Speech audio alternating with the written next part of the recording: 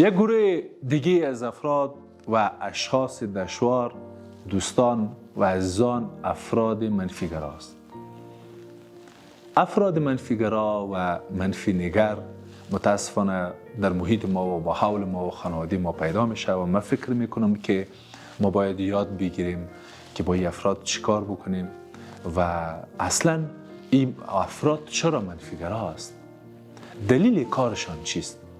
اولی که این افراد نگرش بد نسبت به دنیا داره، نگاهشان نسبت به دنیا و جهان بد شده.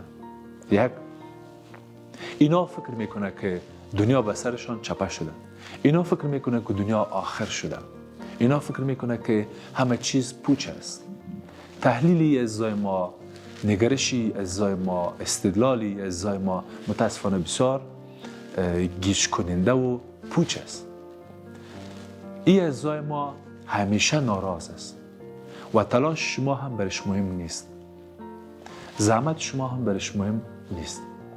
این افراد چرا اینطور میکنه؟ با ما چی کار بکنیم؟ اولی که زندگی و کار به اینها سخت است.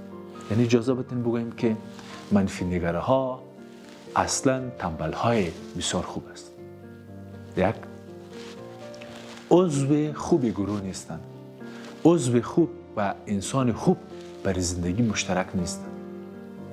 همسر منفیگرا، همکار منفیگرا، هم تیمی منفیگرا در فوتبال، کرکت، او خوب نیست. و چاره که افراد داره کمی تخصصی تر است دوستان. یعنی افراد مسلکی باید به اشخاص کار کنند.